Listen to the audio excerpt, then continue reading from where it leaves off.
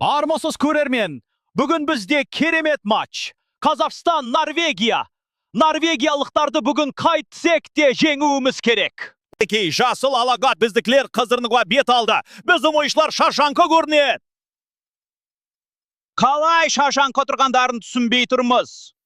Бапкер оларды ойын алдындағы түнде от души дем алыңдар деп барға жіберге. Бізге жаңа бапкер керек.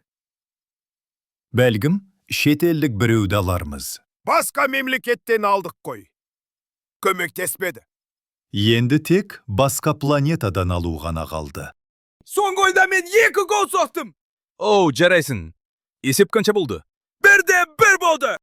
Қазақстан шабуылшысы Абат Айымбетов алға қарай доппен жүгіріп келеді.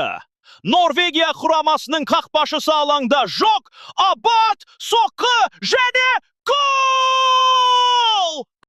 Бұл футбол емес, спектакль. Холланд алаңда допты емес, қақпашыны іздеп жүгіріп жүр. Тұрған орнынан қозғалма, Шмейхел. Әйтпесе үйіңе қайталмай қаласың.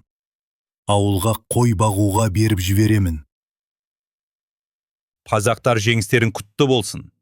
Осы тактиканы енді ұмытып қалмаңдар. Және Жозе ағаларынан тағы да бір тактика. Осы видеоға пікір жазып лайк басыңдар. Каналға тіркелуді ұмытпаңдар.